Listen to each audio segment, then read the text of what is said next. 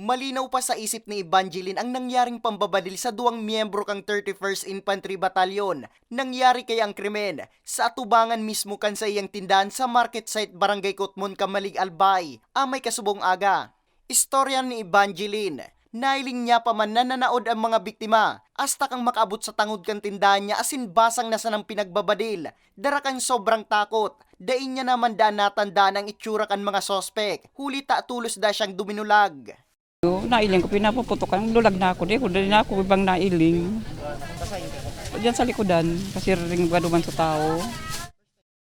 Tulos man na nagpasiring sa crime scene ang SOCO, PNP as in Philippine Army. Mailing man sa lugar kang pinangyarihan ang nagkuriyat ng mga basyo ni bala. Binisto ang mga biktima na sinda Private First Class Mark Jun Isico, as in Private John Paul Adculi na nakatoka subot na magbantay sa pigpapagibong dike sa nasambit na banwaan. Allegedly masaod itong duwang member kang Philippine Army. Pagkatapos na mabadil, ining saro, parang nagdulag pa man siya.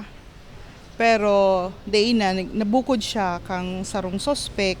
Tapos naulog na siya sa kanal, pigbadil pa man din giraray. Sa presente, blanco pa ang otoridad sa kung ano ang motibo asin pagkakabisto kang mga kagibo. Pigbadil sindaki, duwang unidentified armed, naka-short lang, tapos may mga halipot lang sa indang badil, allegedly. Ang suspect nagdulag, pasiring duman sa Barangay del Rosario. Nakatalaan man na ipapasa irarumang duwang bangkay sa autopsiya.